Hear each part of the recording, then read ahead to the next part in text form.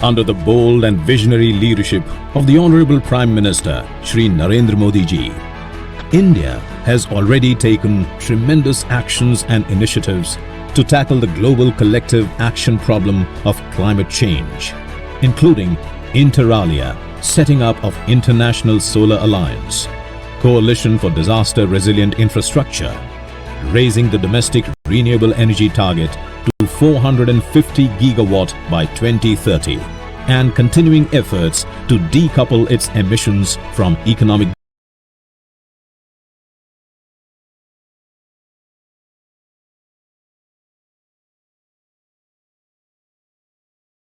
Narendra Modi ji is a statesman who not only recognizes, knows and understands the enormous benefits of climate action, but also he acts with enormous energy to make this change. And this leadership today is more necessary than ever, not only for India, but for the whole world. आज भारत को ये संकल्प लेना होगा कि हम आजादी के 100 साल होने से पहले तो एनर्जी इंडिपेंडेंट बनाएंगे।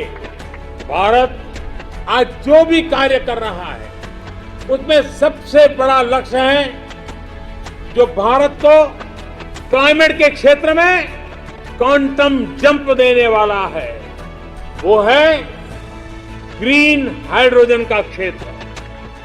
ग्रीन हाइड्रोजन के क्षेत्र के लक्ष्य की प्राप्ति के लिए आज इस तिरंगे की साक्षी में नेशनल हाइड्रोजन मिशन की घोषणा कर रहा हूं। अमृत काल में हमें भारत को ग्रीन हाइड्रोजन के प्रोडक्शन और एक्सपोर्ट का ग्लोबल हब बनाना है। ये ऊर्जा के क्षेत्र में भारत की एक नई प्रगति उसको आत्मनिर्भर बढ़ाएगा और पूरे विश्व में क्लीन एनर्जी ट्रांजिशन की नई प्रेरणा भी बनेगा। This will not only help India to make a new progress in the field of energy self-reliance, but will also become a new inspiration for clean energy transition all over the world. The International Climate Summit 2021, powering India's hydrogen ecosystem, is a progressive step to achieve the objective set by the Honorable Prime Minister to make India a global hub for green hydrogen production and export.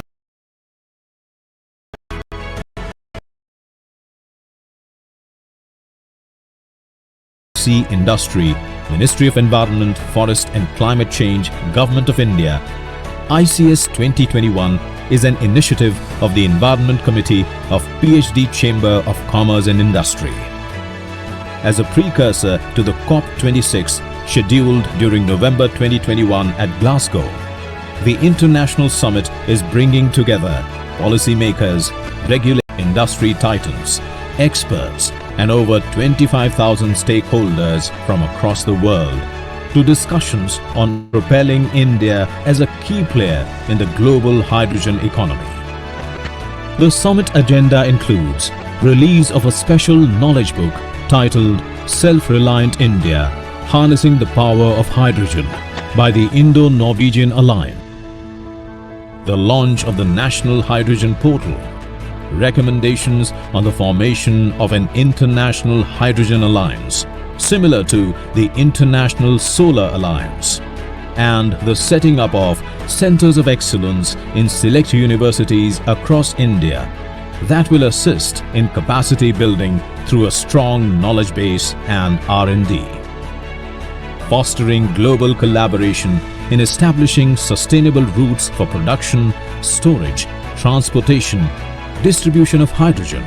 The summit would also provide a host of commercial opportunities, including securing joint venture, technology, supply chain, or international funding partners for production, storage, transportation and distribution of hydrogen. A catalytic moment presenting these next-generation clean energy opportunities. The summit is dedicated to achieving the Honorable Prime Minister's recently announced target of achieving 100% self-reliance in energy by 2047.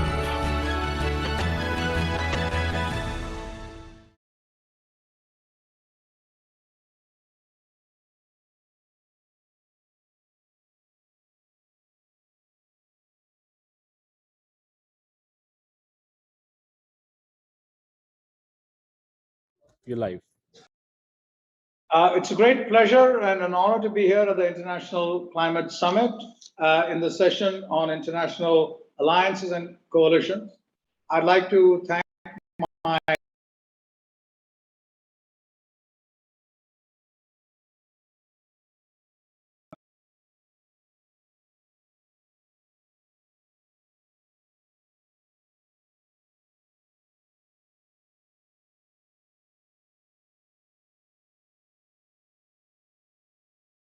important having solutions to adapt and mitigate change, and how the hydrogen mission is going to be one such is very, very important.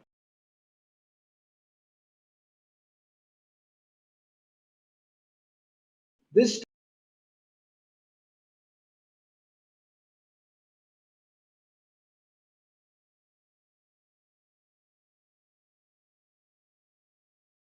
interactions in many ways. You heard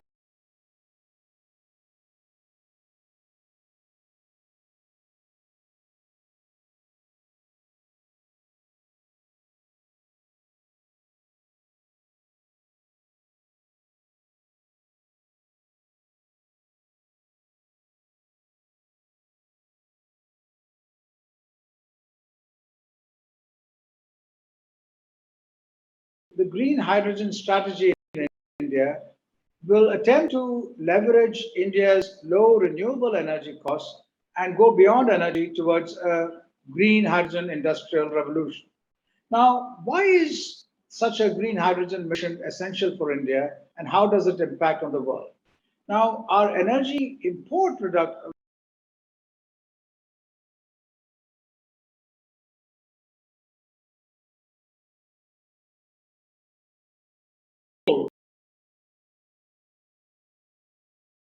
gigawatt of energy, renewable energy production, yet our current production is 2022 almost. So we got 8 years to go from 92 to 450 gigawatts. And India is also, while we want to be a clean energy leader, we need to reduce our emissions, and our vision will certainly help in this direction in reducing our imports and in reducing our emissions of fossil fuel and greenhouse gases. And our crude oil imports, our natural gas imports, our coal imports and production, petroleum products, ammonia, all of them rely in many ways on technologies which are not green, and we must change into a green direction. Now, hydrogen helps these two major goals: energy security and decarbonization. And while only 18% now of our energy consumption is in the form of electricity, the rest needs to carbonization. And there's a detailed survey which has been done by our Niti Aayog, absolutely thorough job. Now, of course, as you all know, not all hydrogen sources are green. You can have brown hydrogen from coal, gray hydrogen from natural gas, blue hydrogen from captured CO2 and other emissions used for making hydrogen, and green hydrogen made from renewable electricity without any CO2 emissions. Now, the important part over here, if you want to use electrolysis and renewable power, both of these need to be economical. In terms of electrolysis, we have current technologies, but new catalysts, new technologies are very, very important to bring down these costs and bring down any environmental byproducts of electrolysis which are there, which are of concern. So a major source of international electrolysis, much, much cheaper and much widely scalable to get green hydrogen. Similarly, renewable power is a very big challenge. The costs right now of renewable power are such that they're primarily dependent on the tariffs of solar power and less so on wind, but wind will also happen. Right now, we have tariffs which are relatively low, but the problem is that they are subject to international fluctuations. So therefore, while focusing on on green hydrogen, we need to look at sources of power from wind and solar, which will be much less susceptible to international cost fluctuations. So another major component of international collaborations is not only the hydrogen cycle itself, the hydrogen pathway itself, but also the power generation which comes into that. So these are the kinds of areas where our international research needs to focus with. And if this is used, if green hydrogen comes in, it will really revolutionize our international collaborations in many, many sectors. Right now, we have hydrogen coming in and it can be linked to refining, to the refinery industry.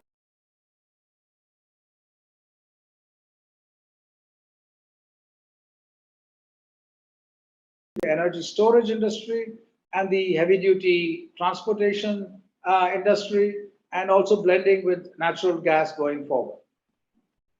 So these kinds of interventions will of course be downstream, and India is at a relatively early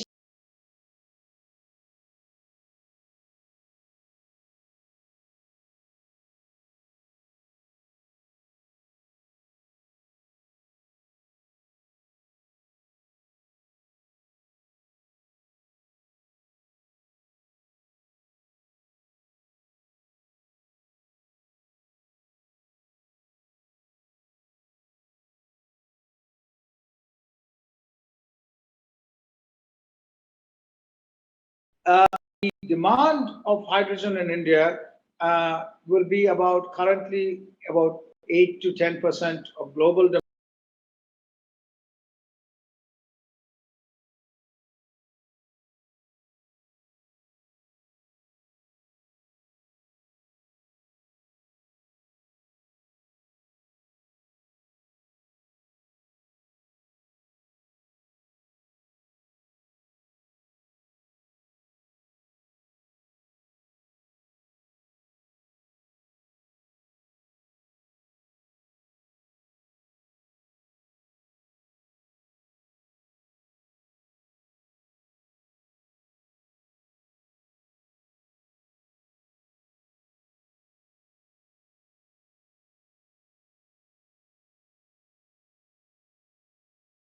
Currently at 2 Indian rupees per kilowatt hours, to find other uses during the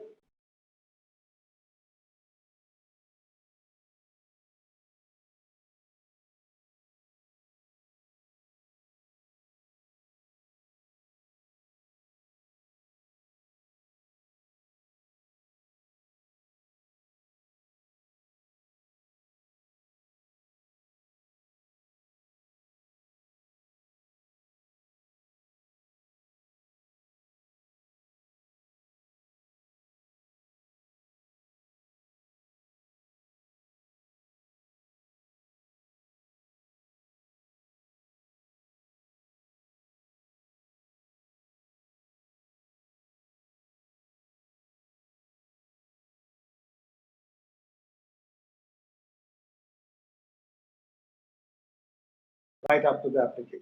Thank you very much. Professor Raghavan, for this the introduction to the topic of today. You have given us a very good overview of the challenges and also the opportunities this is giving to the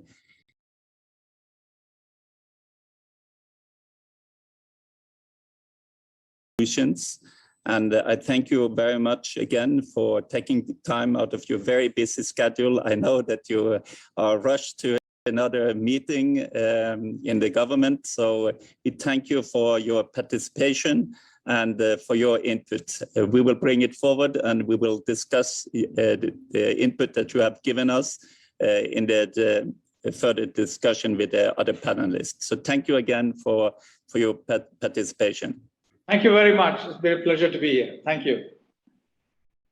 So, ladies and gentlemen, good morning, good afternoon, good evening. It's a really pleasure to welcome you all to this very interesting discussions, and also very proud to introduce the participant that is going to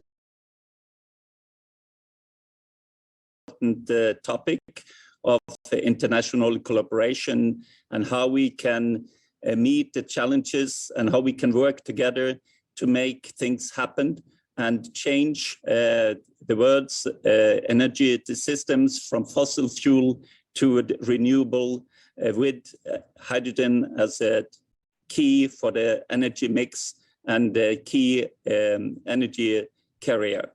So I have several different participants today, which I will introduce to you.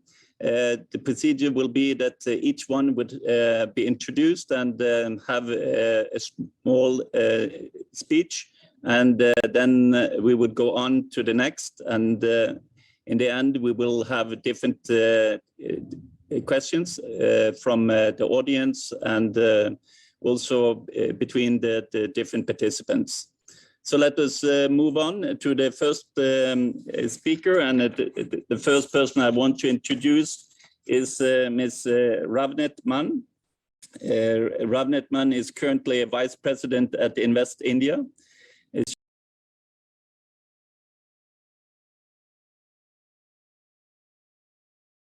She's a VP, and Ravnet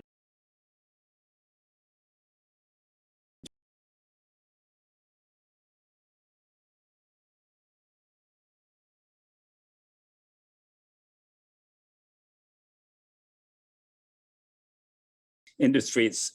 Ravnet has led multiple public-private engagement at the global platform as a part of the outreach strategy to highlight investment.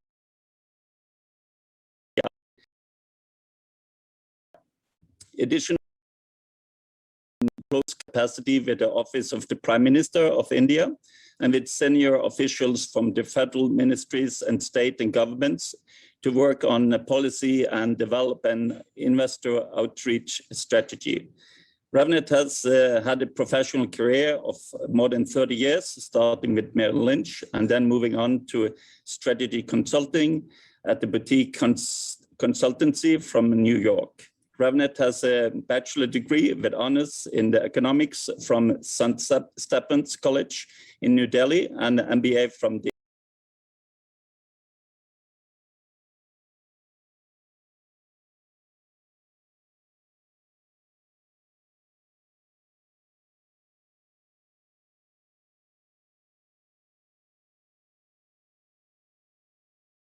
As you clearly encapsulated his message, it is a global challenge.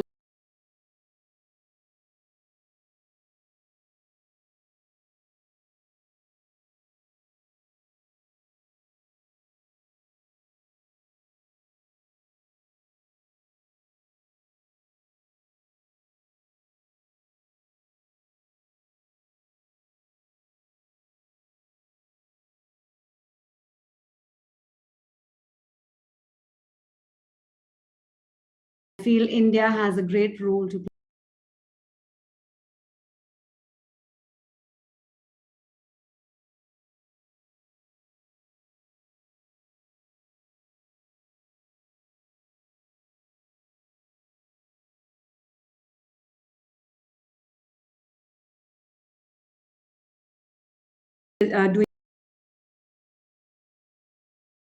Helping industry achieve their goals and the targets. Also assist in terms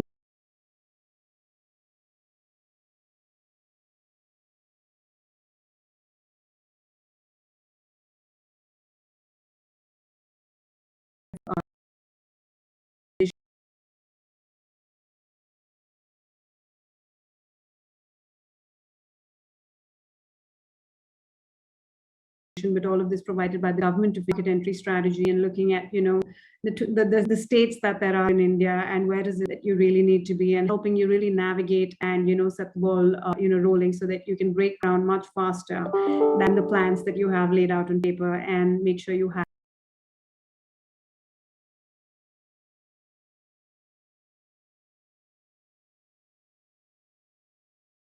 and taking in from what we heard in the inaugural, I feel there is a palpable a change, and I can feel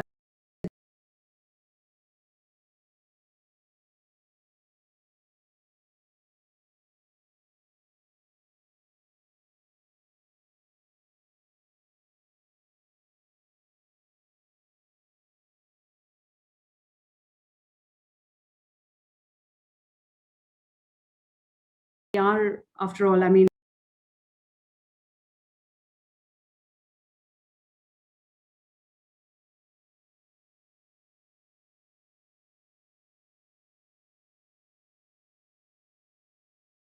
looking at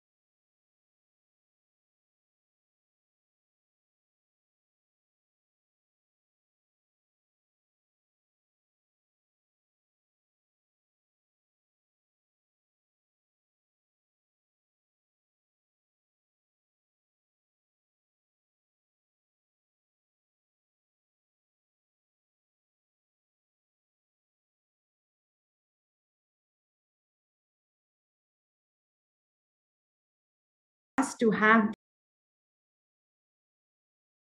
problems in advancements in community adopt them a lot faster.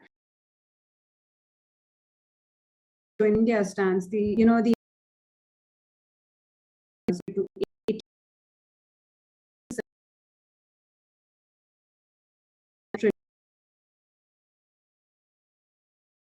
economy by 2030, we need to align our ambitions, make our climate choices that are, far more sustainable. And for that, renewable energy, energy transition that we really,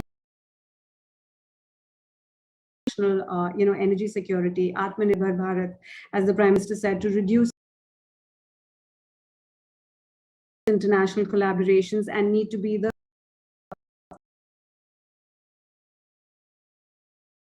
a large importer, in fact, the third largest.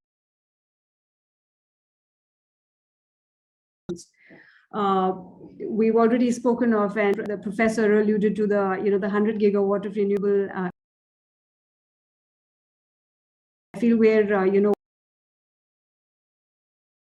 what's, by 2030, progression of time, even in reducing, and we're expecting to, foreboard when it comes to hydrogen.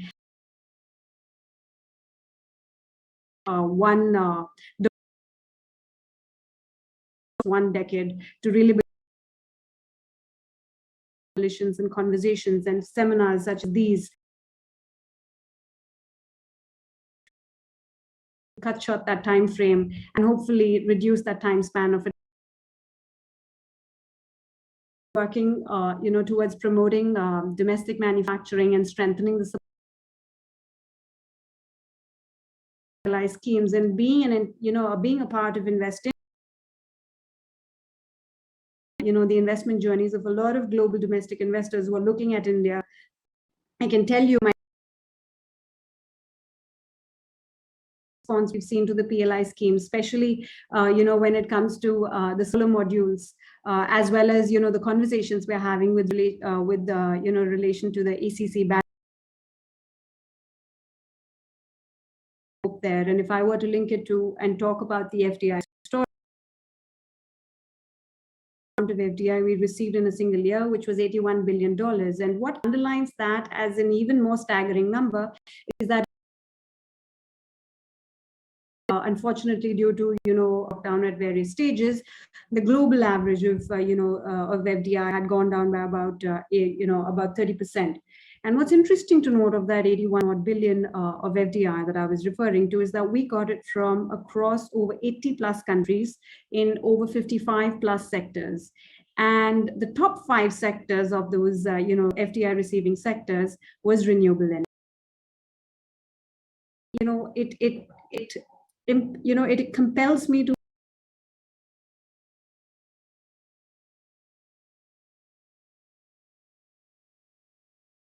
with this 81 billion of FDI, for example, if I were to look at that as a number, as an indicator, to show that we are ready to partner with the world, and India's story as well as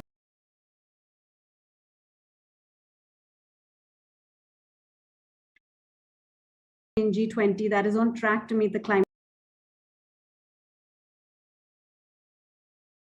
agreement, and we'll be able,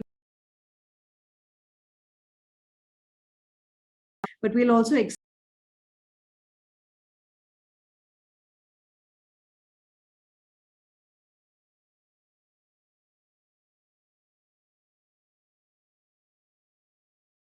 well, and I think it's an opportune moment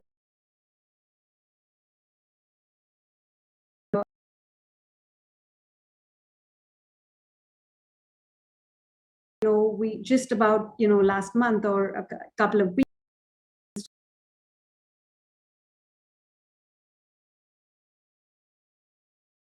green hydrogen production, but for export as well.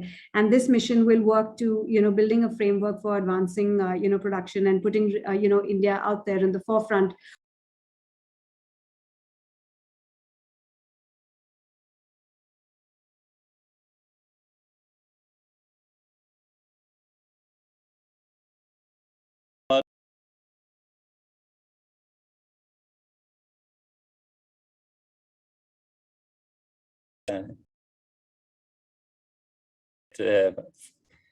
for them, foreign investors. And I think that you have more or less made it clear that they have questions on it, move on.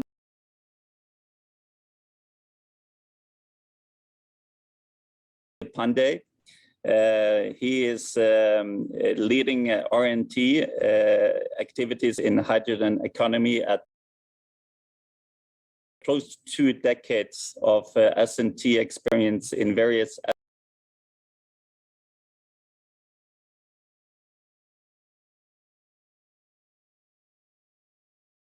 scientific analytical skills. He enjoys analyzing technologies and is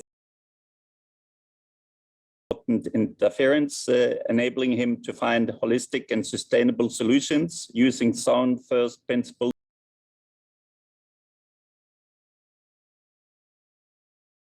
Word of alternate energy. For the last 9 to 10 years, he has been working on clean energy solutions, particularly fuel cells technology and hydrogen.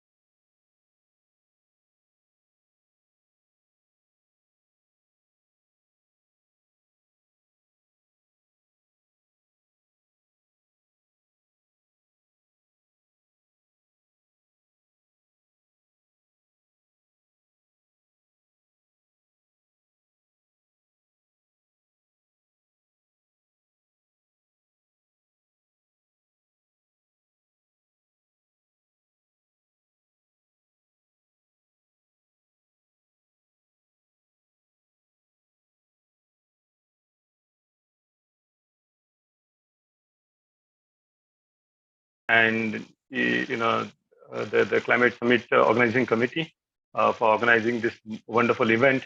and this first event itself keeping the theme on hydrogen, right? Which is a very important subject in view of the climate change we are all facing today. Thanks for inviting me to participate in this panel in the presence of the distinguished panel members here.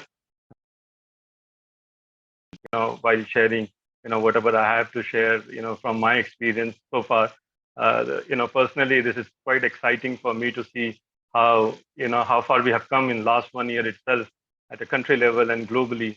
And we are talking about, hydrogen as a serious and large, hydrogen's serious and large role in a decarbonization strategy, right? And, in fact, it was even more thrilling.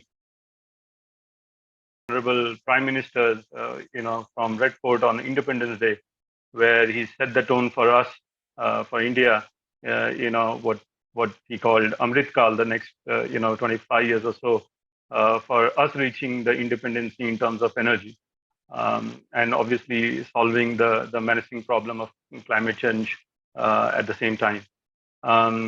Personally, I don't think there can be any exciting time than what we are today, where we are not just trying to tackle the most challenging problem probably the humankind has faced, but also solving as a country our future towards a sustainable energy and energy secure future. Of course, this is not going to be a single person or teams or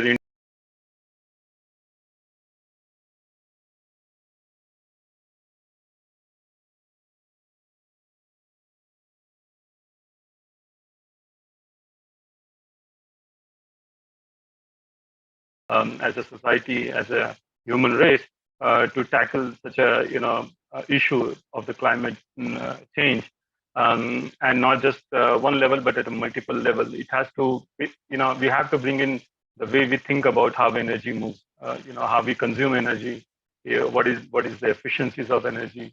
And of course, no single entity has all the know-how, all the resources available to them, and it is pretty obvious that alliances and cooperations are the only way to go forward. So it is very apt to have the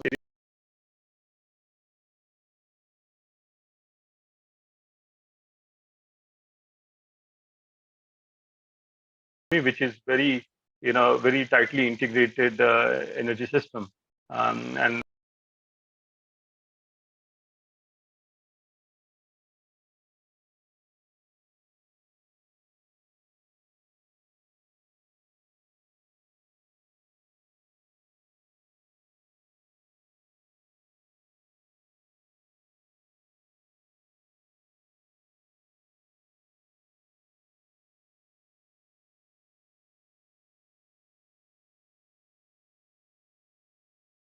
participate, how we towards building and building a clean and sustainable energy solution for tomorrow. I my part brief, where I would just highlight a couple of 4 points.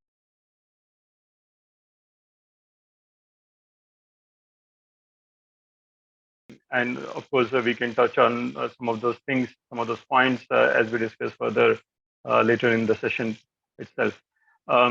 So, as a country, the climate change and the decarbonization itself, in terms of use of hydrogen, presents a great opportunity for us, where we can finally think of energy security and probably be a bit more aspirational and try to be energy export economy. Of course, our previous speakers have highlighted that we import about $160 billion worth of energy today, and primarily those are fossil-based energy systems, and they lead to ultimately the climate issues. So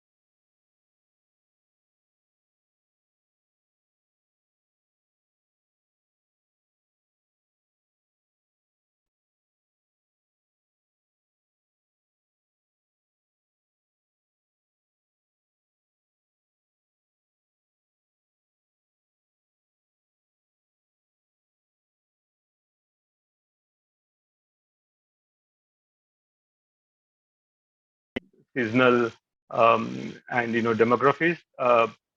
But we have to think how we can cooperate, and where one state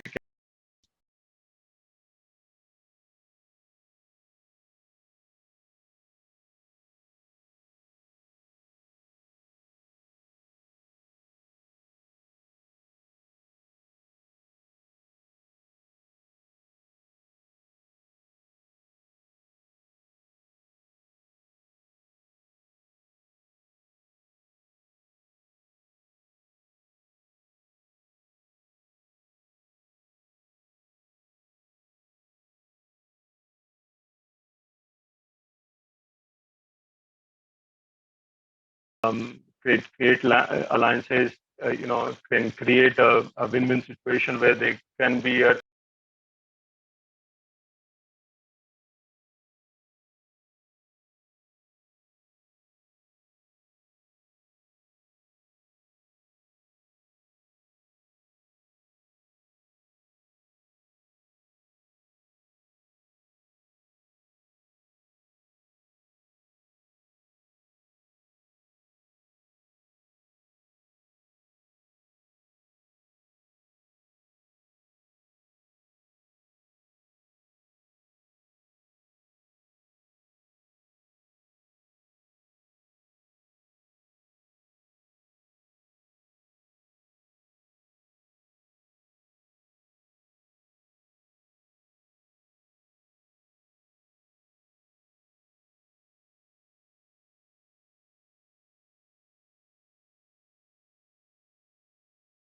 the industry, what is being already adapted. Uh,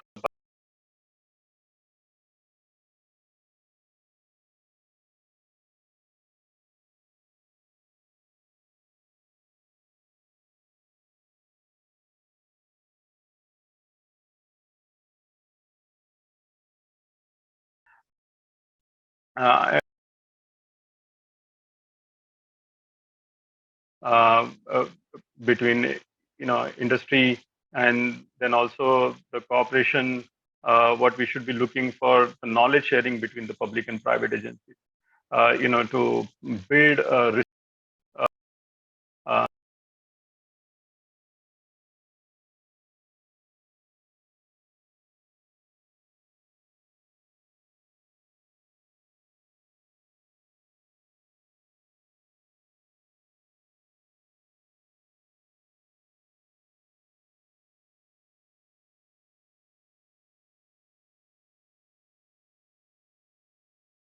then again, the hydrogen produced would require, a significant size of the storage, and ultimately, obviously, the consumption.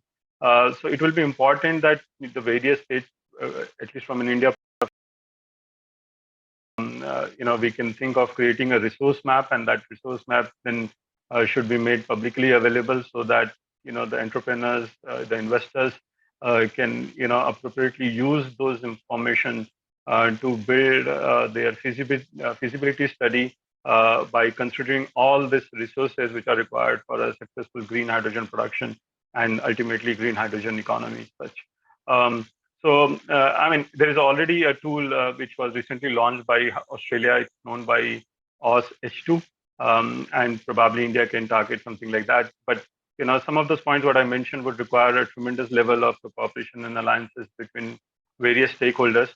And I personally feel that sooner we get started on this, better it is for the sustainable climate. Thank you very much. I'll take a pause here. We can come back again. So, thanks. Thank you very much. This was a very elaborate speech on several of the challenges and opportunities. One of the things that I just want to ask you, Pandey, you are mentioning about this interstate cooperation, that we need to have the same regulations, laws, procedures, etc. So how do you, in the context of cooperation on a global scale, how don't you think that we need to think that everything needs to be harmonized so everybody have the same safety standards and rules and so forth? And how do you see that could go? Absolutely, Sterl. I think that is a very, very critical point, as you know from the industry.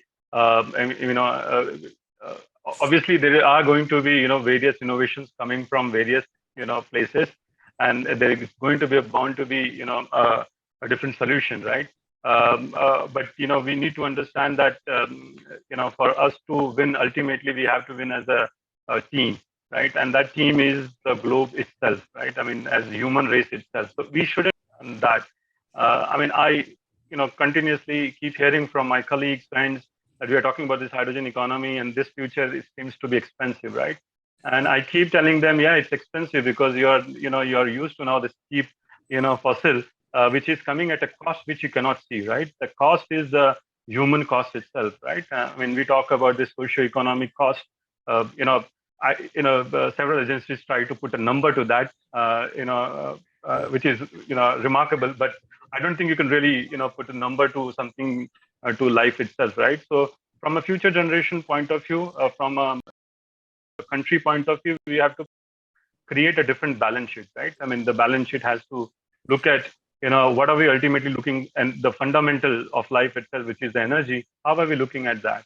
And from that perspective, if the industry also starts thinking in that way, that there is a need for us to create, least, let's say, friction, right? So that this new way of consuming energy, producing energy, can be realized. And because we are running out of the time, it has to be realized very soon. We might have to, keep probably that, competitive nature of excluding others, for some time, right? So I think it is in the interest of the entire value chain, entire, as I said, the global citizens themselves, because you and I are breathing the same air, whether you're sitting in the Norway or India, right? There's no boundary there. So if I pollute it here, you will face that problem at some point.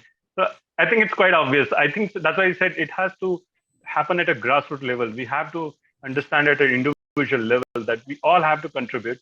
And when obviously the topic is international, alliances and this, but whether we want it or not, it's right from the day one, it is like this, right? Because it's happening in the background of the climate change. Thank you very much, Pandey. We will for sure come back to this, but let me introduce the next participant, which is Dr. Karen Landmark. Karen is chairman of the board of Greenstat Asia, and she is also director for business development in Greenstat in Norway, and a green energy company that is specializing in green hydrogen. Karen holds a PhD in sustainability and transition and has been worked for many years, actually 2 decades, with sustainability. And she has a background from international organizations and the UN system. And she had worked particularly with how big transition happens and what needs to be in place in society to succeed in transition. So please, Karen, enlighten us. Hello, everyone.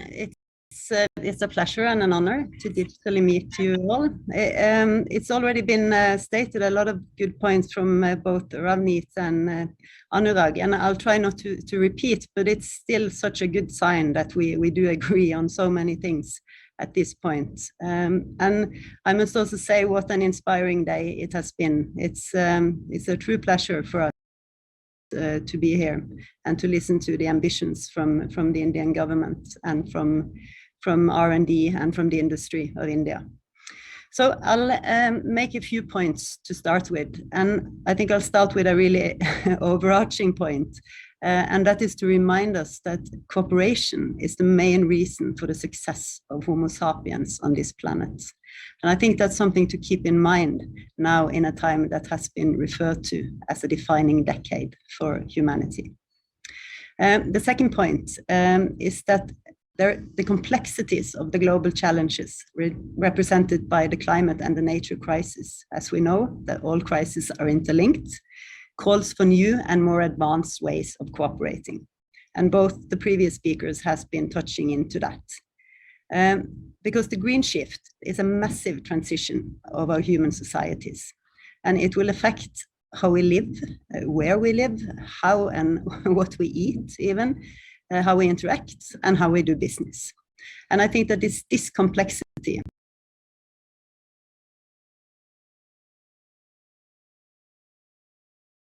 same time. And also from a business point of view, this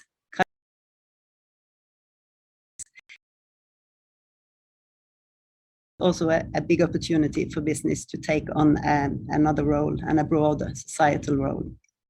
It is my belief that we need to take society as a whole into consideration when we're dealing with energy transition and when building a new industry like that of green hydrogen. Because there will be a need for systemic changes, as we heard, in regulations, in standards, incentives, and also even in our institutions. So we'll have to parallelly strengthen the educational system. We have to share capacities, technology, and ideas and thinking. So I think a collaboration to enable such a in India and in the rest of the world entails cooperation that moves beyond politics. And what I mean by that is that we need a longer term perspective.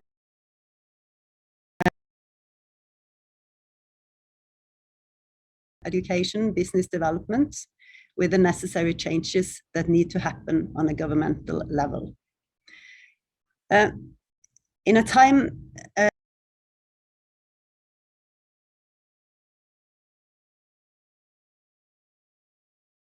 become harder.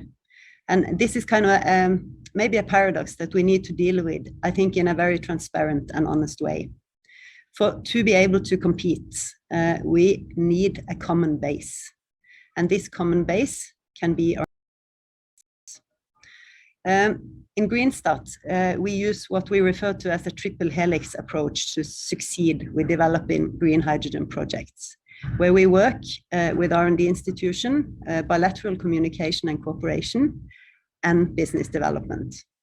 And this, I would say, also is the fundament of the Center of Excellence that we heard a little bit about today in the main session, that we have set together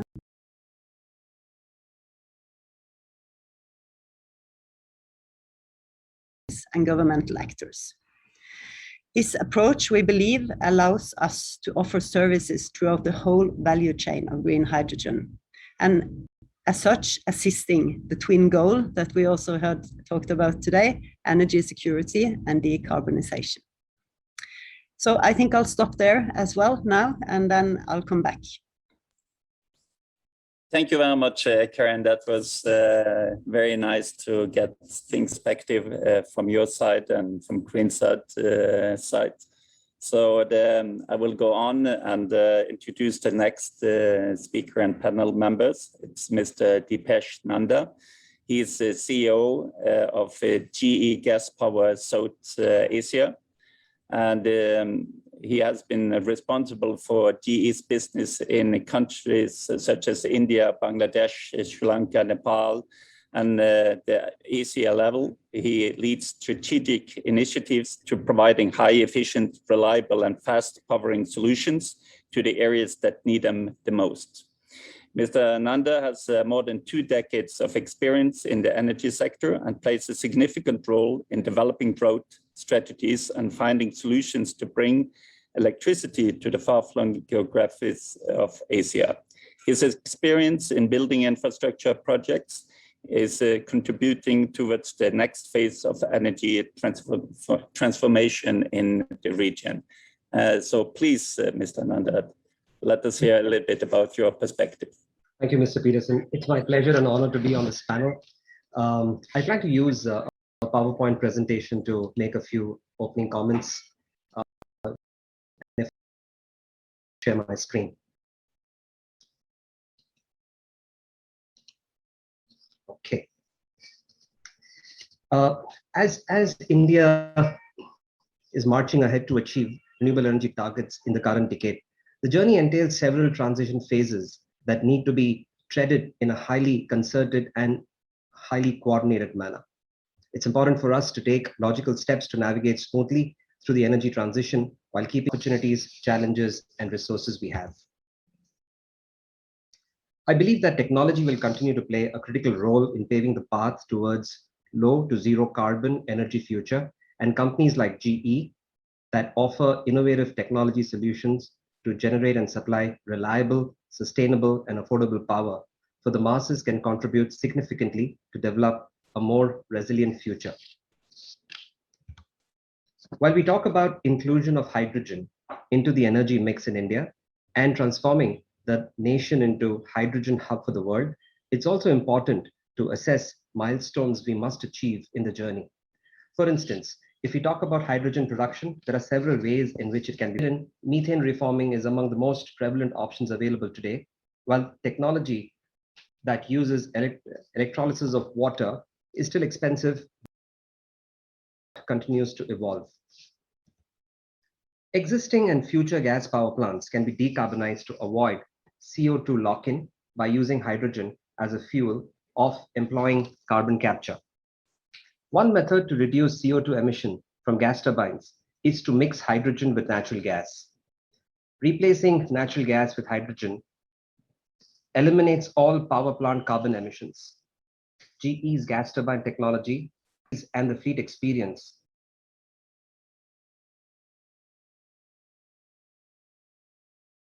can be utilized. GE as a company is uniquely positioned to address this transition into using hydrogen in gas turbines as a fuel. According to a latest McCoy report, which is a report that captures database on installed base of gas turbines globally, GE has more experience of running gas turbines on hydrogen than any other OEM. We have over 75 gas turbines already supported with hydrogen associated with around the world, with concentrations of hydrogen that range from 5 to 95%. And out here, I'd like to mention that we have gas turbines installed at the Reliance Jamnagar facility, where we burn more than 40% hydrogen as we speak. On this topic, as we look to hydrogen playing a versatile role, it's equally important that we look at the other sectors, such as transport, residential, industrial power, etc. Therefore, we must take into account and cognizance the different sectors utilizing hydrogen may require different models and policy frameworks. Policy framework is to reduce power sector CO2 emissions, and to support those policies, there are a few things that we need and we recommend. One, measure the incentive reductions in power sector carbon intensity, tons of CO2 per megawatt, with an emphasis on both near-term actions that drive the greatest reductions sooner and a longer-term vision of ambitious CO2 reductions leading to deep decarbonization by 2050. The next, be transparent and predictable in allowing life cycle economics to drive investment decisions, factoring in the cost of carbon in some form versus generic mandates picking one technology over the other. And lastly, establish market structures. Establish market structures that value energy flexibility and dependable capacity separately to encourage the optimum mix of technologies that are complementary in nature, provide energy security, and drive the greatest carbon reductions in an affordable and practical. With that, I'll hand it back over to Mr. Peterson. For this introduction and GE views on how they can participate in this transition. And it's interesting to see how you are, looking at the different sectors and how your company can participate in this change that we all agree that have to happen. So let me go fast over to the last, but not least, Mr.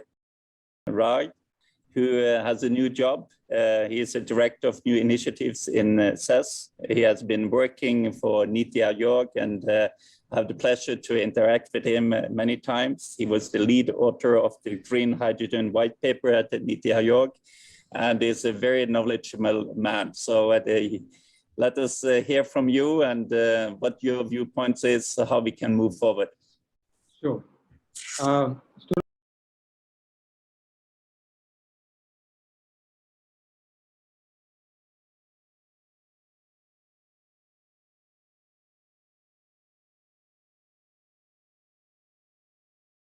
Give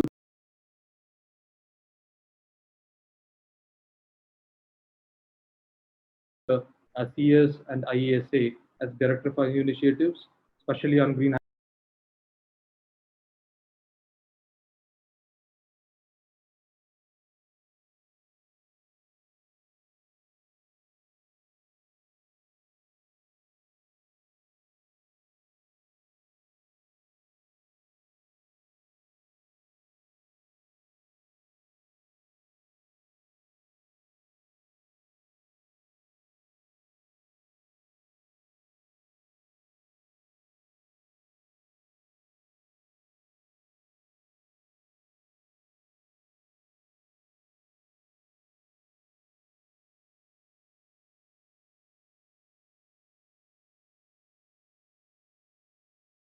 little bit more.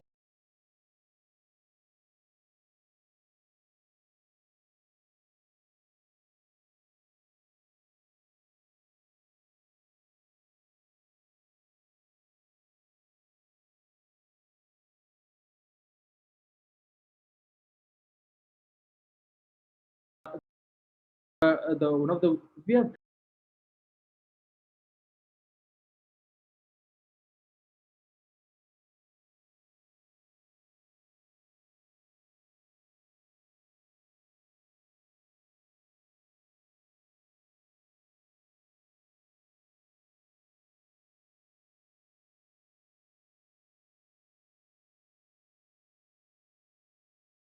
majority of our fossil fuel based. So we are importing carbon. And second major motivation, which kinds of it gets missed out, in addition to the decarbonization narrative and import reduction narrative, the another narrative is India has aspirations to be one of the green manufacturing centers of the world. So that is also another important pillar of motivations for going towards green hydrogen. And India unique build up our services much faster than our manufacturing. And in manufacturing, with the world moving towards low carbon manufacturing, India has unique advantages with low renewable power, trained but may not completely mature workforce, but we have lots and lots of engineers. So we have potential in skills, large scale availability of skills if properly utilized. And we also have a large market for many of these products. To get into sunrise areas also requires green hydrogen, because many of the sectors which are required for us to decarbonize India and decarbonize world can be done eminently well with green electricity. But there are certain sectors like steel, refining, fertilizers, long duration transport, marine transport, copper manufacturing, for example. There are many high emission sectors where direct electrification is very hard. That's why they are called as hard to abate sectors. And these are the sectors where there's not only a challenge, but there is also an opportunity in India. In addition to the decarbonization narrative and also import security narrative, there's also a narrative: can India leverage green hydrogen to become one of the largest manufacturers of green products in the world? Let me begin one by one. So the first, why international cooperation is important to deliver this ambition of India. Honorable Prime Minister in our Independence Day last month on August 15 announced his ambition to make India one of the largest green hydrogen hubs. See, this announcement it seems a very simple announcement, but it has a lot of meaning to it. Number one, while so many other countries are confused between multiple different colors of hydrogen, so India, since beginning, from the budget announcement in 2021 to now, the Prime Minister's announcement, has a very, very clear focus on single color of hydrogen, which is green. So that is India probably has one of the very clear strategies on the color of hydrogen. This is where the PhD Chamber of Commerce and Sturley's proposal of global alliance is important. There is a need. Before Niti Aayog, I was working in an electrolyzer manufacturer in New York. So I try to help them industrialize their technology to build supply chains, so on and so forth. For the supply chain to mature and the modular economics to work, there needs to be a clarity on demand. But one of the biggest threats right now in the world is, for this clarity of demand, is lack of clarity on routes of hydrogen production. There are multiple routes of hydrogen production, but at some point, we need to have some clarity on how much each of these routes are going to contribute to our decarbonization, how much demand is going to be there. There has to be some clarity at an international level. If that can be achieved, it seems very challenging.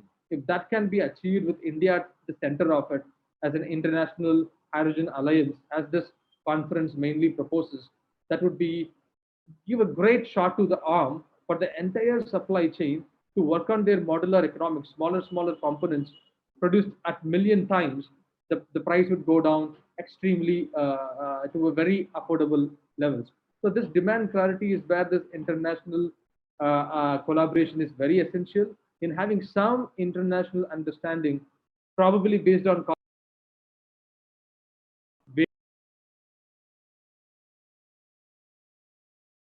rate. That's number one, where international collaboration is very important. And again, where the conferences like this are very important in starting this conversation at a big stage. And number two is standards. Again, coming from a battery manufacturing and electrolyzer manufacturing background, standards are one of the reasons, lack of standards are one of the reasons why some of these components, the supply chain, the storage is very expensive. Once the standards are available, and usually, I know because of from a battery manufacturing experience, it takes us multiple years to come up with standards for even basic batteries. It cannot happen in hydrogen. We need to come up with internationally acceptable standards, and we need to play a more prominent role with multiple international agencies working to create standards across the value chain, and we have to adopt them quickly. We have to create standards for the entire hydrogen value chain, from the color of hydrogen, the carbon intensity, to the size, the safety. And I know Sturley and Greenstead are great proponents of safety standards. So again, across the value chain, we need standards and we need international collaboration so that the advantages of global value chain can work, where each country with their specific advantages can scale up the particular component of the manufacturing, and then they can be assembled somewhere. The global value chain advantages, if we have to leverage that, then we need standards at a global scale and quick. And we cannot wait. It cannot be naturally developed like it happened for other technologies like batteries or some other components. We need to develop them quickly across the world. And number, it's very relevant for this month. An International Climate Summit 2021 comes at the right time on the heels of COP26 in Glasgow in England. So it's very important because majority of energy growth and even hydrogen demand growth is coming, natural demand growth. Our refineries are expanding, doubling our capacities, our fertilizers are expanding. Our steel capacity is tripling in next 10 years, or at least it will double, more than double in next 10 years. So it's demand coming in developing countries, but developing countries do not have low-cost capital. For example, Germany has announced that they have a partnership with the Namibia in African region, so they can invest in those regions, create develop green hydrogen projects, and similarly, and in a much more scaled up way, developing countries like India, which can manufacture components, which can innovate, which can create large demand, which can initiate projects, it requires affordable capital. And this affordable capital, if supplied by developed countries through some stable and professional mechanisms, it could create enormous returns. Green, it would increase the green EBITDA, green premiums, and green balance sheet of these many investors across the world. Countries like India have huge appetite for very, very low risk green projects like green hydrogen projects and solar projects. So this green finance is very, very essential if India's green hydrogen ambitions, even globe's green hydrogen ambition, if it has to be democratically distributed across the world, then it's very, very essential green finance flows into India without much restrictions. And number four, the last one is manufacturing and innovation networks. So in many countries across the world, Sule and Richard has connected me and several other people working in this area to major electrolyzer manufacturers across the world. As I said, the value chain is global, and many of the balance of plant components are available. And I'm very surprised to know that India is one of the largest manufacturers of hydrogen-ready pipelines. Companies like Welspun manufacture significant quantities of pipelines which are fed into global projects. So India has the supply chain capabilities, but we need an international cooperation, technology partnerships, innovation partnerships, which can leverage India's growing capabilities in low-cost R&D, combined with legacy R&D knowledge from developed countries. We need to combine manufacturing and innovation between academia, startups, big companies. We have to bring them together especially we have to encourage Indian players to be part of this global manufacturing and innovation networks. When these networks share, develop, and accelerate the development of very highly reliable, very highly modular, and very advanced manufacturing, it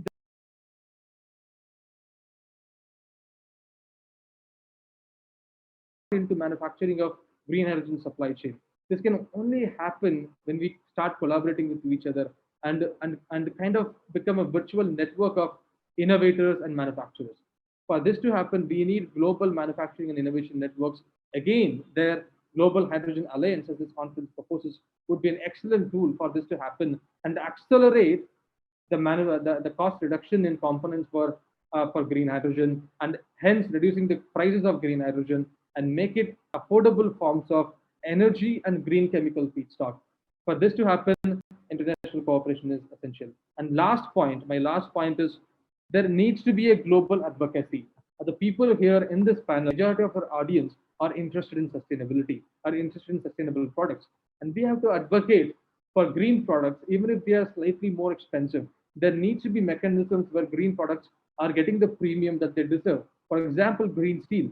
It's not a really complicated technology. It's a wonderful technology, but many of the components of this technology, the DRA technology, the green hydrogen technology, everything is already available, but it took several years for the first green steel to be shipped. Copper, the demand for copper is going to exponentially increase. But again, copper cannot be decarbonized without solutions such as direct reduction of copper ore using green hydrogen. For these kind of technologies, but there's no demand for them at scale. So for that, we need the international cooperations and international demand has to be created for high quality, highly green products, and they have to get premiums. If this premium is not achieved, then this supply chain and manufacturing won't happen in these green products, and hence the green hydrogen demand will not be created, and hence green hydrogen price won't come down. So because of this, we need an international cooperation in creating and advocating and creating awareness on possibility of high quality green products such as green steel across the world. And I think developed countries can afford this premium to begin with. And then after 10-15 years, countries like India can also adopt these green products and they can become mainstream green products. And this is my final comments. And thank you, Sturley, and thank you, PHD Chamber of Commerce, for inviting me. It was an excellent opportunity. It was an excellent session. Thank you so much. Thank you very much. This was so energetic and enthusiastic delivered speech, and I'm sure that we all are quite overwhelmed, but this is something that we will for sure come back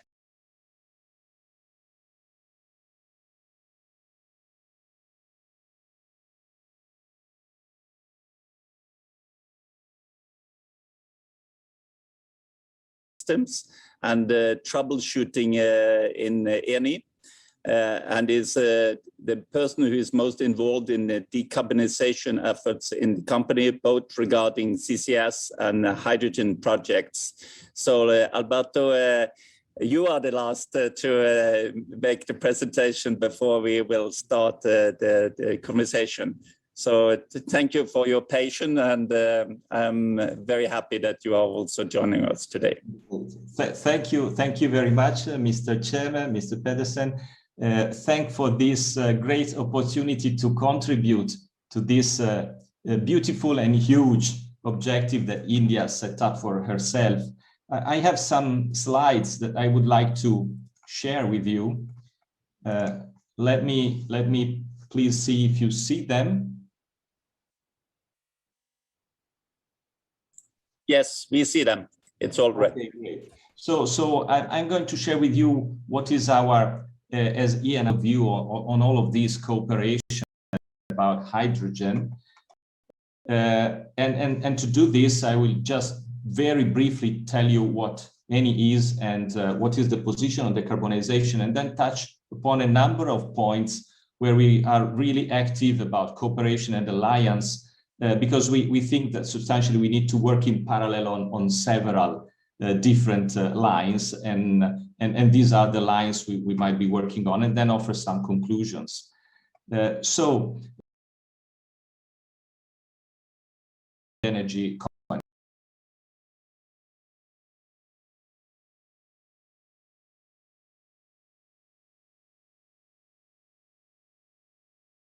and renewables. Of course, now this is not, we are not talking about any, so you can find this information everywhere. But what I would like to really start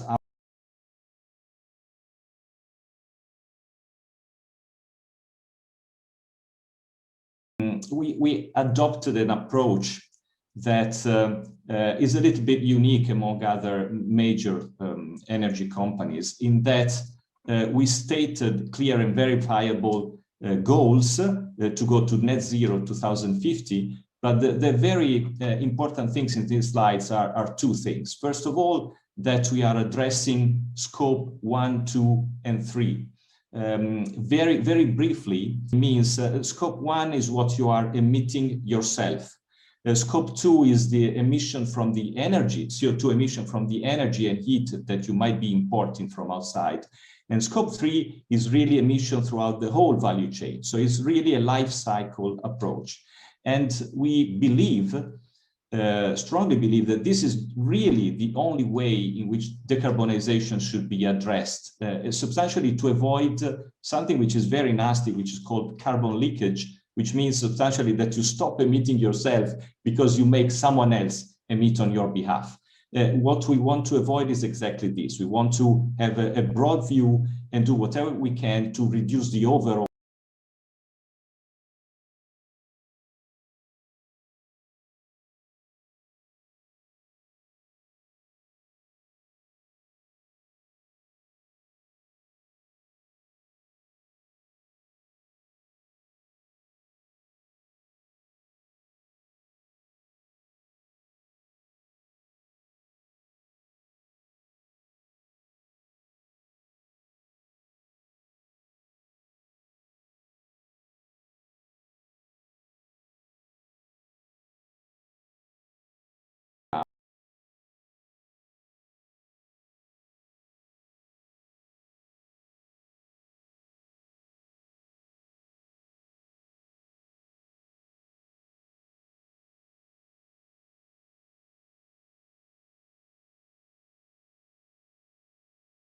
in a number of directions. We are strong on carbon capture, storage, and utilization. So we have a number of projects. We can see later a few words about this. We have also some new technologies to transform waste into hydrogen, which is something which can be of interest to anyone. And we are also working on green hydrogen, for example, with Enel, which is another major player in this, to develop electrolyzers for our refineries. So hydrogen is very much in the nature of what we are doing. But really, now to go towards the core of this discussion, a couple of 2 or 3 principles that we are adhering to, and I think they're very important. First of all, we of course believe that hydrogen is an effective contributor to reduce scope 1, 2, 3 emissions. But we believe that we have to extend it to all the forms of hydrogen. So we are really technology neutral with respect to which hydrogen we will be addressing. The only important thing that is decreasing these global scope emissions. And the other point that we really think is of relevance is the value of locality. So when you get into a specific country or a region, an area or a cluster in a certain country, for example, India is addressing this in Ladakh, but we are doing in other parts of the world. These countries have their own specific features, and decarbonization must take into account those characteristics. This may be called those complementarity. So anyone is doing what he can, but with its own points. So just to make an example of this, not all natural gas is the same. We have fugitive emissions, and different natural gases coming from different parts of the world have completely different fugitive emissions. And this is a very important point also for hydrogen, for blue hydrogen. Blue hydrogen with gas coming from some region is a good thing, from other regions is absolutely useless. The same is for the renewable energy mix. Norway has completely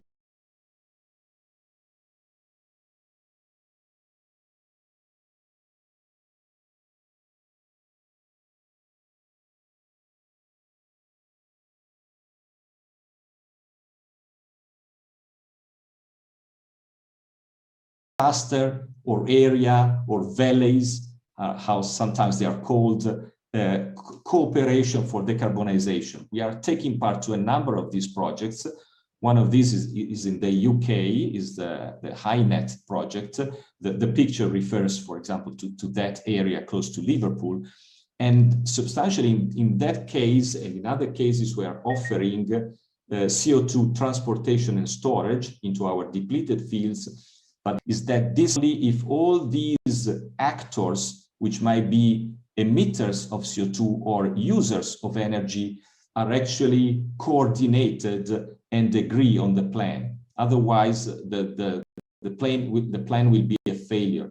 And what we are really doing in Liverpool Bay and in other parts, for example, in Ravenna Hub in Italy, is exactly the same. Ravenna Hub, by the way, in Italy is a much larger area with thousands of actors, because in Italy we have a lot of small, medium enterprise. So we have a huge amount of actors, a huge infrastructure, for example, for gathering CO2 and transporting hydrogen, that has to be set up in the proper way. And this calls for a global cooperation in the cluster, in the region that we are considering. In this case, for example, we are also working with SNAM for converting and repurposing the network as far as we can. Then there is another level of cooperation, which is also extremely important, which stems from this. We all know that we don't have available all the technologies that we need. In the first part of the slide, there is a citation from the International Energy Agency.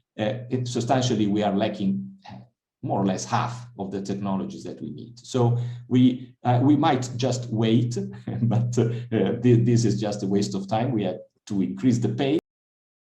And so this makes very important to identify partners. And we are doing this. We have set up cooperation agreements with the top integrators and energy players, but also considering technologies. And what is important is also to highlight that we concentrate on technologies. We have market leaders, we might have medium-sized players, but with specific features which might be very good for local reasons, and also new technology, some visionary new technologies.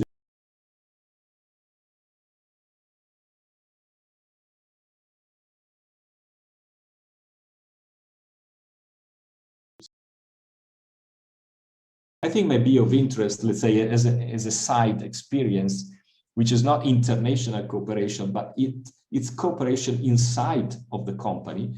When you have a huge companies, sometimes you produce different ideas, different technologies along parallel lines. And for example, in the past, we have industrialized a technology which is called EST for converting heavy residues into clean products, so to be less carbon intensive. But in parallel, we have also developed a technology which produces a syngas with lower OPEX and CAPEX than common steam reformers. When we started tackling the decarbonization task, we understood something previously unknown to us, that this can play together very well.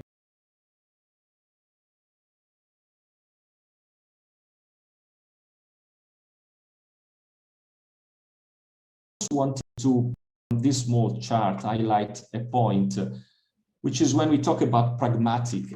What do we mean with a pragmatic approach? You will see later this word. Is a sort of, there is a sort of a Pareto law, I don't know if you know it, which says that sometimes you can get 80% of the result with 20% of the effort. It's true in many cases that this is the case, and for this particular case, carbon capture with these key gas and gas technologies achieve 80% of the objective of carbon reduction with a much more limited effort than green hydrogen. And this does not mean that green hydrogen is not the final target, but means that we need to walk this path, not just know what the end should be. And we believe that being pragmatical in many cases means going straight, then concentrate concentrate later on improvements. Then just to change the level of alliance or cooperation that we are setting up is related to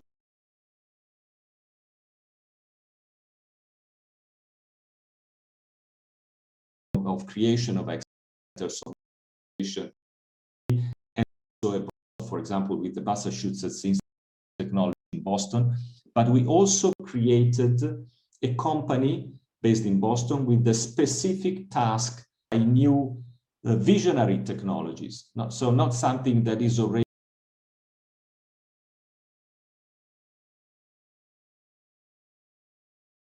the spread of time.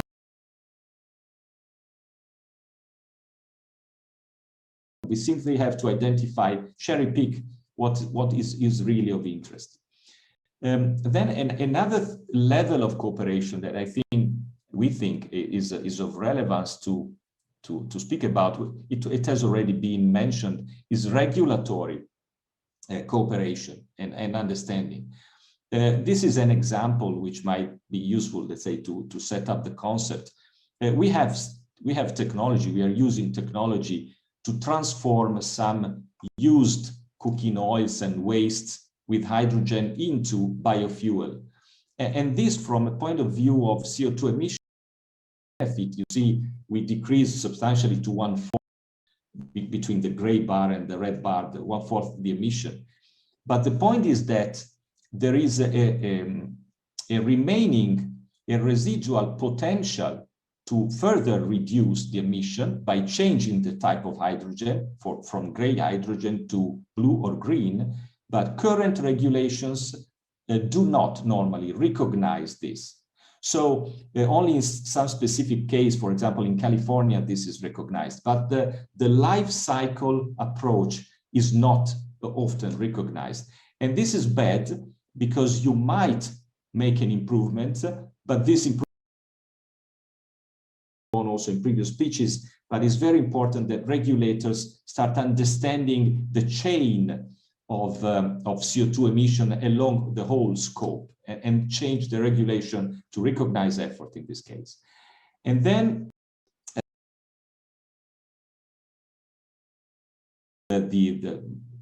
another absolutely important level, and we are strongly working because these it's long-standing cooperations and large efforts. You can see the dates here now, so are very, very recent.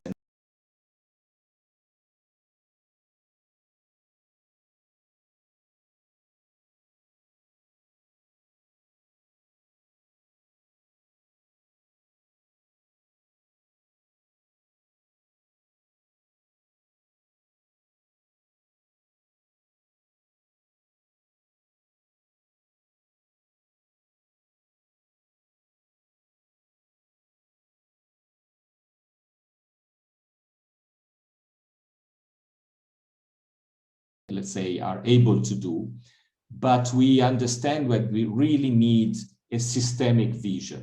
So only cooperation and discussion can allow for this. And then we have to take into account that we have, as I said before, to walk the path. It will be an evolution.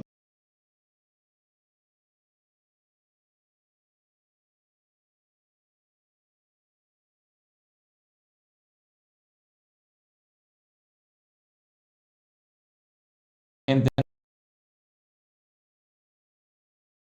governments clear and pragmatic frameworks to work with. Otherwise, we get tackled in philosophy and we are not able to do what we should. So thank you very much for your attention. Thank you very much for this very interesting presentation.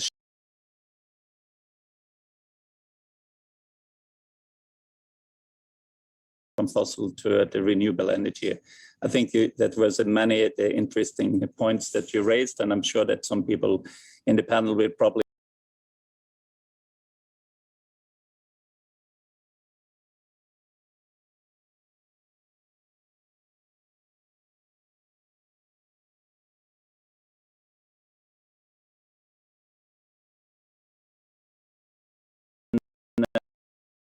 India and the Indian government and stakeholders do to speed up the clean energy transition. I think that there is homework for everyone to do before we can set up these coalitions and collaborations. So my questions to the panelists, and I will start with you, Pandey, and I please everyone else, you can follow up with your comments as well. But Pandey, what do you think that we need to do, or what is the Indian government need to do now to make sure that they are speeding up this transition? Hello, Trill, can you hear me? Yes, I can hear you. Yeah. Well, I will say, first of all, to maintain the momentum, sustaining a momentum like this is not easy in a country like India. So I would say, it's a good start. There is a lot of work I feel still needs to happen, right, on the ground, because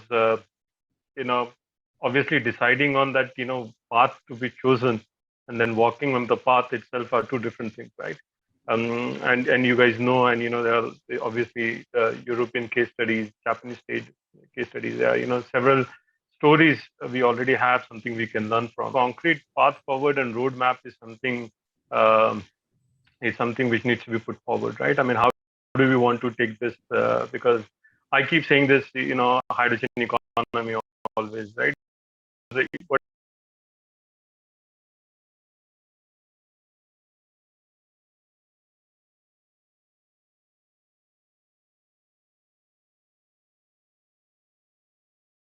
like that. I think now they're connected.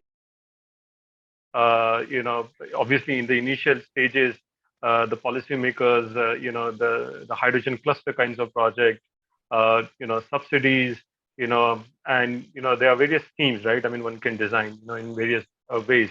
Those are the, the kickstarters, right?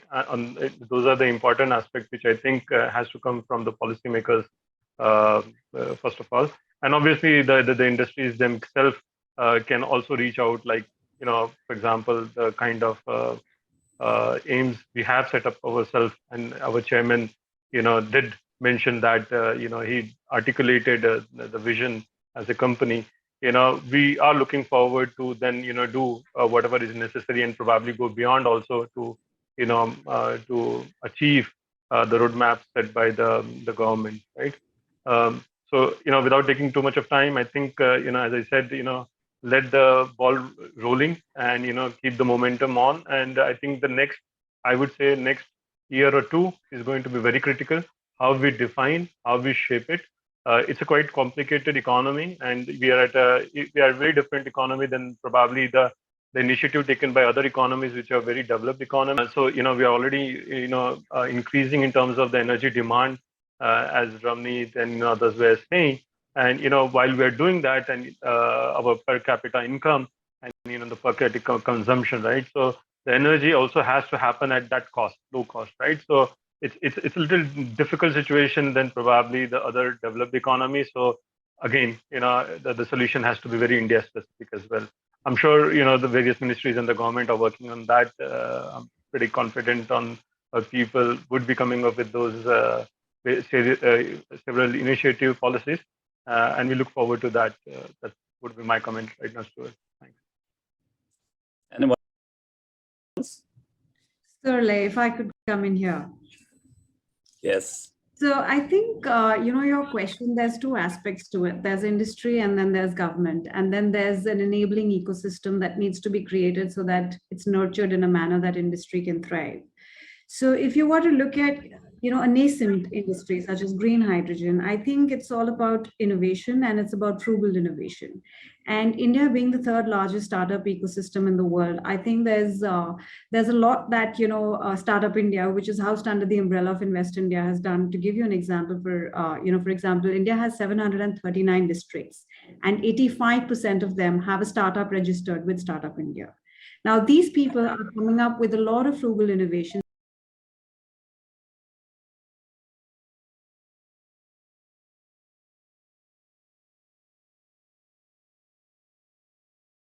commercialization of those technologies. And if you recall, what the principal scientific advisor, Professor Vijay Raghavan, was referring to, in terms of accelerating these initiatives, he is also heading Agni, which is the mission, under the Prime Minister's Science, Technology, Innovation Advisory Council, the PMST Act that we call it. There's an initiative under that called Agni, which is accelerating growth of New India's innovations, which is set up primarily with the intent of being able to scout for those technologies, and being able to help, fast track them. If I could just read out one, for example, there's one, that has been taken up by Shell India, and a pilot that's really happening right now. I can't recall the name of the entity here somewhere, but if I do, I'll definitely allude to that. Then there's a lot of research that, that the government of IIT Bombay has come up with, a new technology of being able to do electrolysis of water in a magnetic field, which, triples the amount of hydrogen that's produced. So, and that's in terms of sort of creating an enabling environment. But in terms of formalized initiatives, other than the, the National Hydrogen Mission, which everyone's spoken about a lot, so I won't refer to that, but I just want to give you snippets of a few initiatives, that different public sector undertakings and different ministries have undertaken to be able to increase this offtake. So, for example, the Ministry of New and Renewable Energy, to be able to aggregate demand for hydrogen, from key sectors such as steel, fertilizer, and refineries, is thinking of offering a mega tender to be able to increase that offtake. The hope of this mega tender is that it will be able to reduce the cost, of that energy, just the way we were able to achieve the cost, lower the cost of an LED bulb when we did a mega tender for LED disbursement. And hopefully, such gains that we've seen in similar, ancillary technologies can also translate to this particular sector as well. Indian Oil is setting up its first, green hydrogen plant. GAIL is looking at entering it. An interesting one is the railways. They're looking at, being, a net zero emission entity by 2030.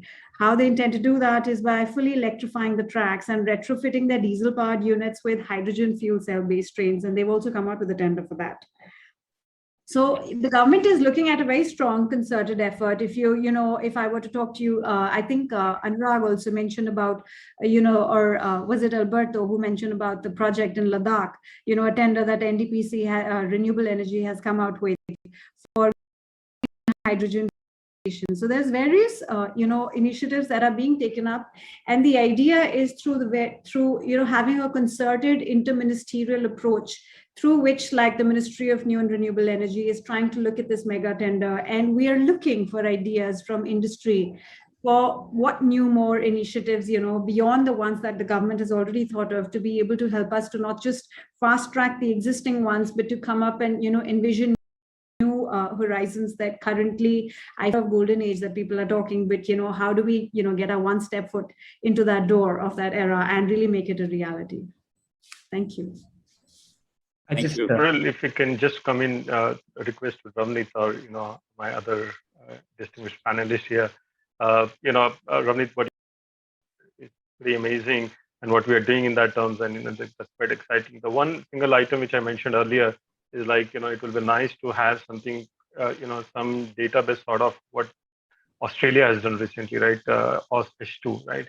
Which basically lays out the entire resources of the country, from a hydrogen generation perspective point of view, the investment point of view, so that it becomes, very easy, the fund of investors and the companies to India as an opportunity, for investments, and look at the resources. As I said, it's a cluster-based approach, right? So you need right from production to consumption and supply chain and everything.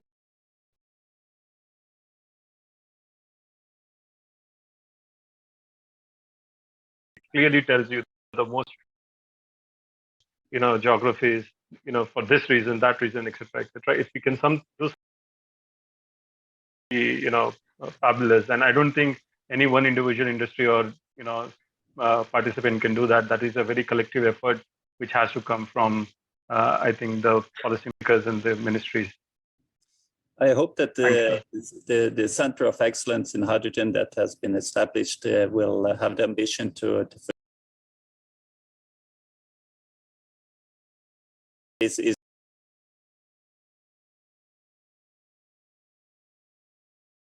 So let us work together on this as well, because this needs to be also moved up to the next level, to the international cooperation as well. I think that would be key to really make sure that we have the momentum going and we can build the capacity as well. But I see that some of the other ones here want to say something. Nada, I think that you want to have a few, and then later on we will just bring in everyone here. Please, Nada. I'll be brief. So the other element that India will do well in creating the right ecosystem is on financing. I think you need three things to take an energy story forward. You need fuel generation, and there is talk of technology that's been worked upon, explored to generate hydrogen. And then these projects have to be located at a certain place. So there'll be need for physical infrastructure like land. And then the third important element is for financing.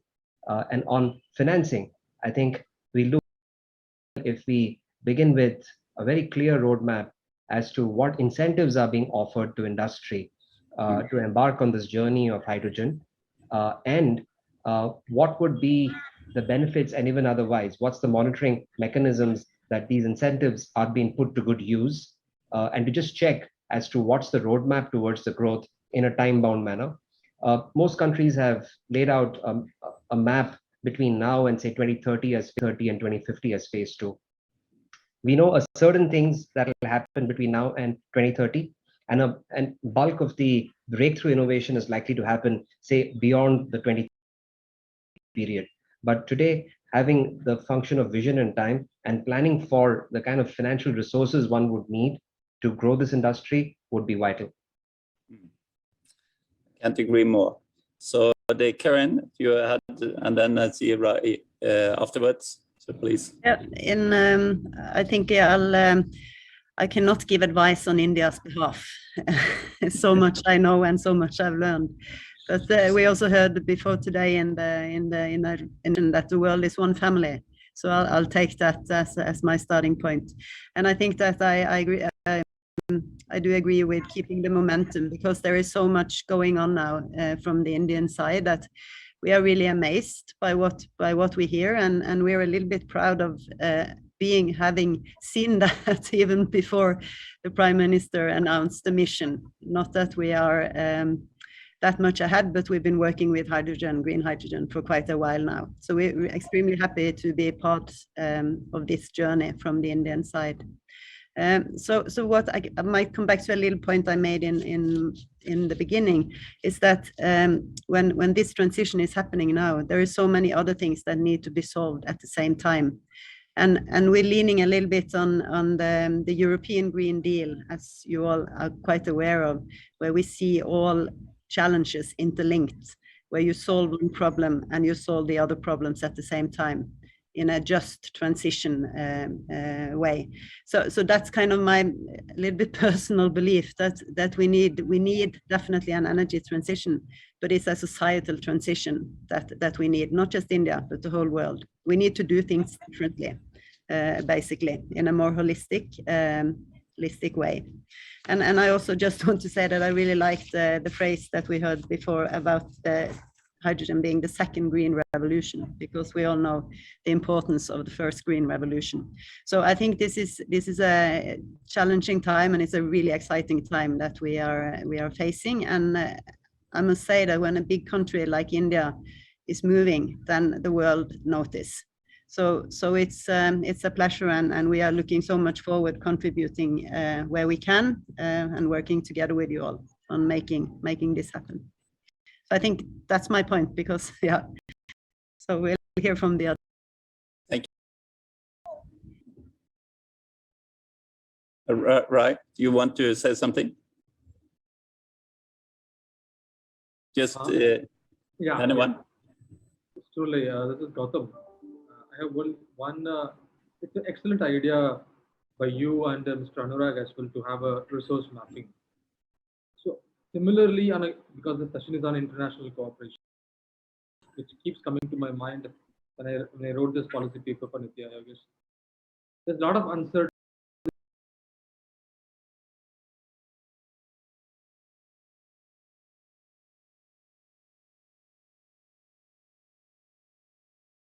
to certain products like refined products or petrochemicals or plastics or steel or copper, there's a lot of uncertainties around what kind of premium they would get just because they are green.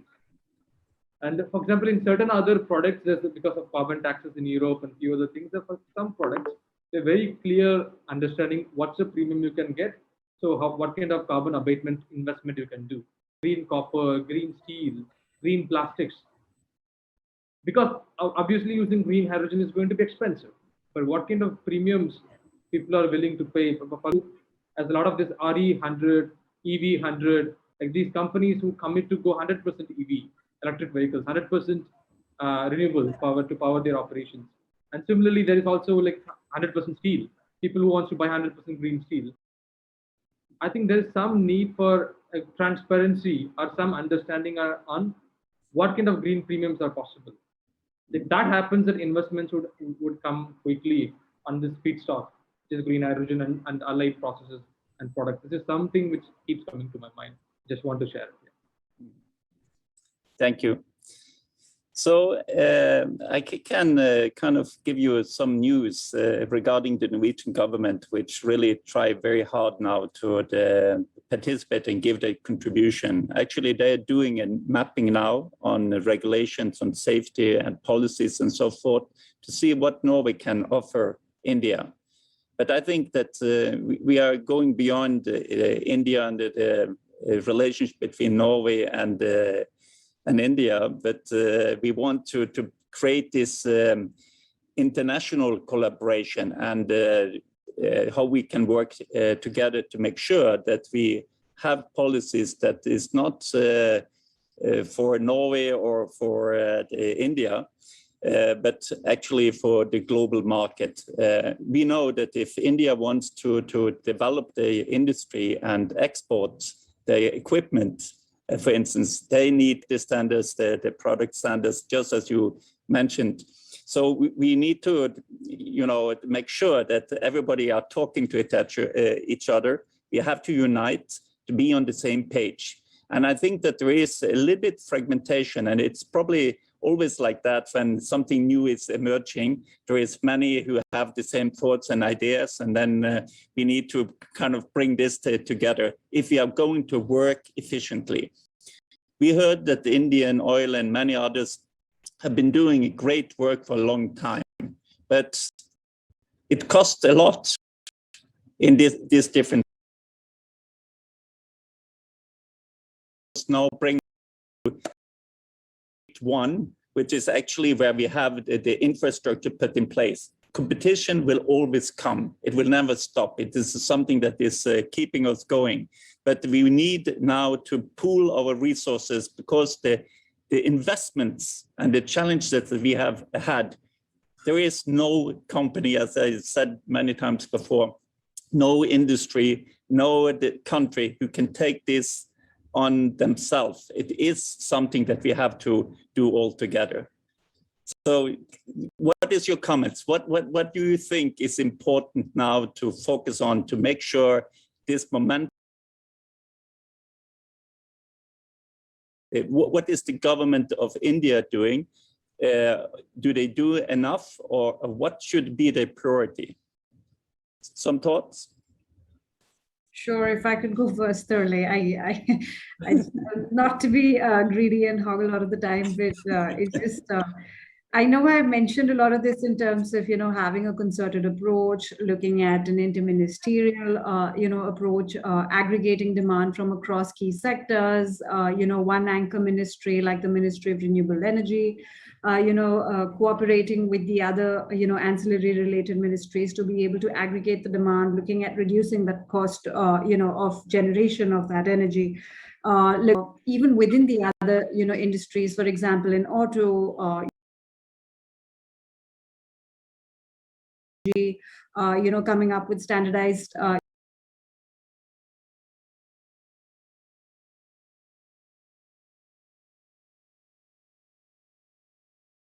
there's a lot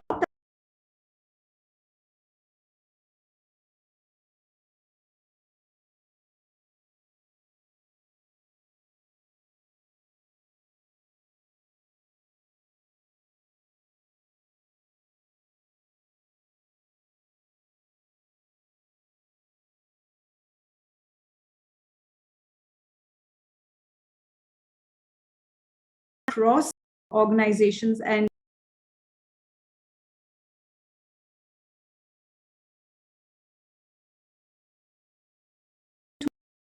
their consolidated use and really revolution that, thanks Karen for reminding me from the first session, but I think it really hits the nail on the head when you talk of it, in terms of a second green revolution, because it really makes it palpable the amount of impact that is yet to be created. And I think that's alliances and coalitions, whether it be with the the US-India strategic energy partnership, whether it be the India-EU climate and clean energy partnership, whether it be the India-German energy forum, whether it be the India-Norway hydrogen center of excellence, whether it be the European Green Deal, whether it be the green strategic partnership with Denmark. There's a lot that's happening, but to be able to tie all these multiple threads together through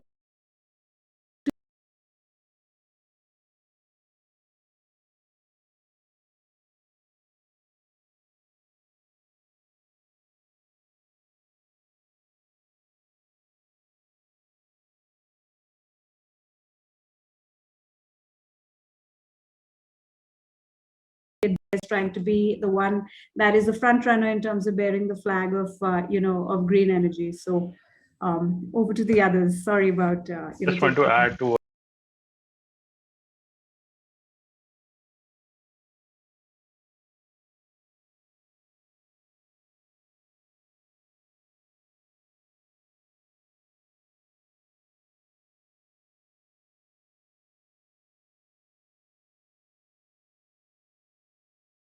have to allow that. There is no, going away from that. That has happened in all.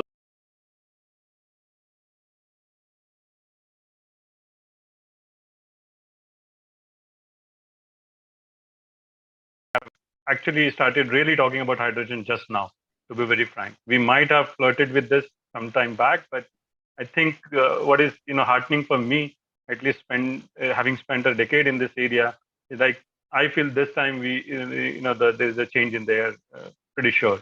It's a significant change. Just wanted to add a point, Strudel, on, I think we keep talking about the hydrogen production, right? And then ultimately, as Potan talked about the premium also, what is going to be available. So, the production, and then obviously the ancient part, the missing link is the supply chain, right? And as we know in the industry, we say so much about, hydrogen production.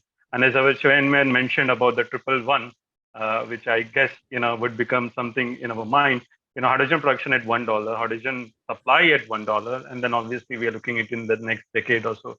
Because if we can't achieve this first one, right, within a decade, then we might miss the bus overall, right? I mean, we will get into this, let's say, frustration of not being able to do enough, to show the, results on the ground, right? And that's why that 111 is so important.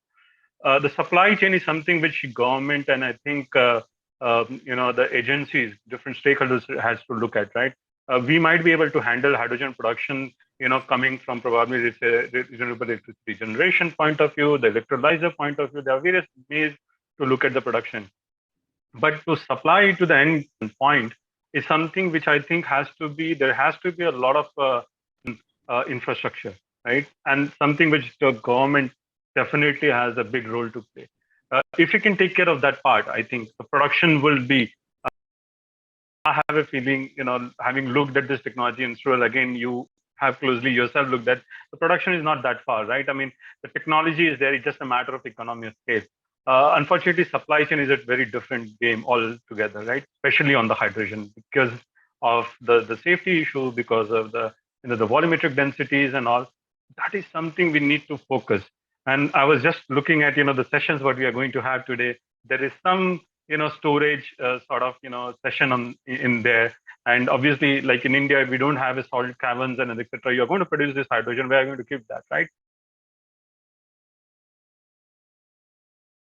Supply chain, that requires a very concentrated effort, what I feel, because if you can bridge that gap, then I think the production and the end consumption would happen, I feel. Just touching on the the Gotham part, the premium, I think the premium in the future of the green would be decided based on the ESG profile of the company itself. The shareholders are watching, everybody is watching. If you're not doing enough, I think there will be this societal thought change. Look, if the company is not doing for my future, it's not thinking about my future, I'm not going to, probably buy that product. I will prefer a guy probably who is a bit expensive, or, there are various ways of looking at the market itself. For me, I think it's the supply chain, and that's what the point I wanted to make. Sorry, it took a little more time than what I intended, but yeah, it is. That's great.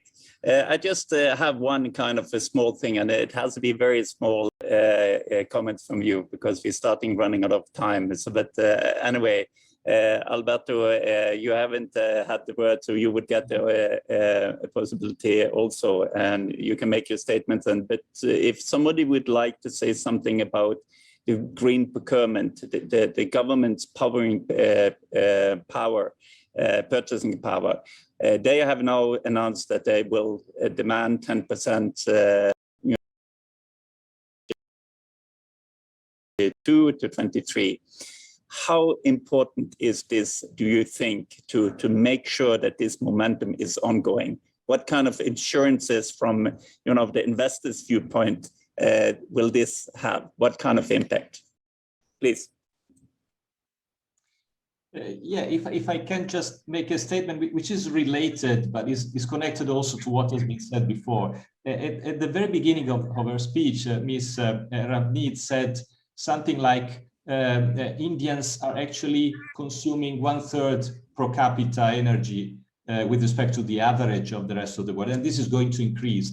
Now, let's say the problem with the renewable energies is that since they are non-programmable, they have this type of difficulty, that they are non-programmable.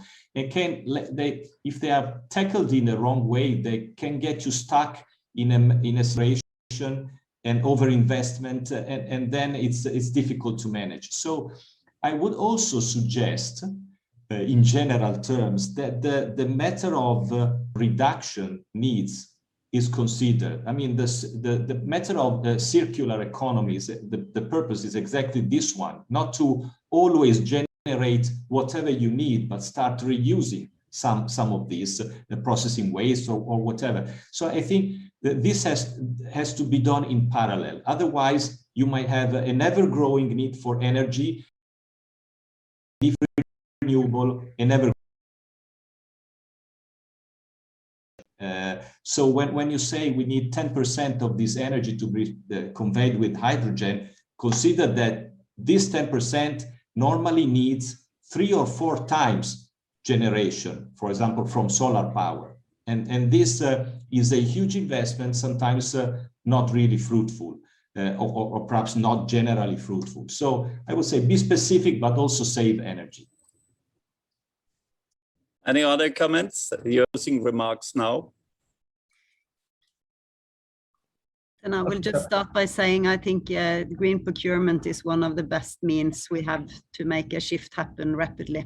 So that's a general point of view. It's from, I think for all countries, we do need that push to create a market. Thank you, Karen. Any other ones before we are closing? You are so disciplined, all of you. Thank you very much for your participation and your viewpoints. I really appreciate it. I think that we can say that the time is running out for this session, but it is the next session that matters, and that is action. We will follow up on it. We will make sure that India is going to achieve their goals and objectives within the green hydrogen and the renewable energy decarbonization solutions that they are striving to achieve. And Greenstat and all the participants who are representing different companies and industry will work together on the same page. I thank you again, and I really appreciate